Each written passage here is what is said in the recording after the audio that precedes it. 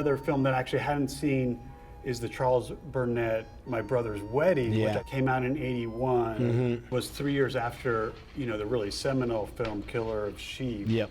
That I think probably, myself and most people probably think of that first with Charles Burnett.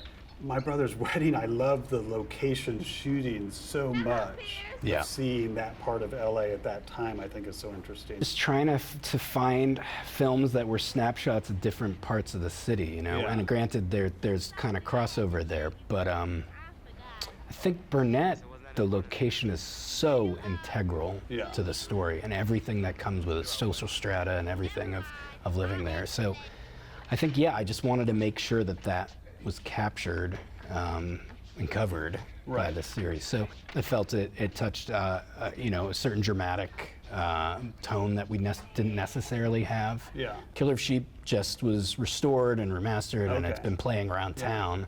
And Annihilation of Fish. Like exactly. The later one it's having kind of a moment right last now. month. I feel there was a restoration. Totally. That's been out. So. That film had been basically lost. Yeah. And never really distributed. I don't think ever distributed.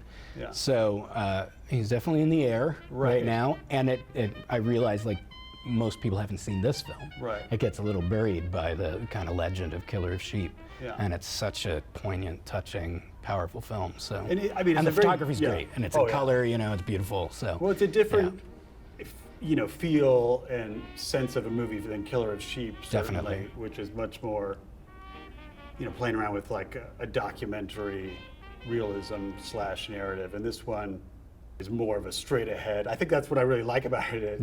Is like the pitch of it is really good. This guy struggling with his brother marrying up in the world, and him trying to kind of stay,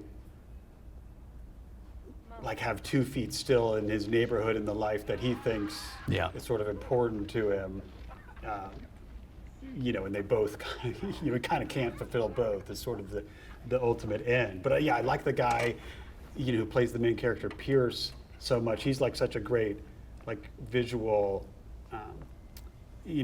I think of, my favorite scenes in it are when he's just behind the counter at the dry cleaner, and this 12-year-old girl who has a crush on him in the neighborhood keeps coming up and bothering him and sort of flirting with him. It's just a really lived-in film. So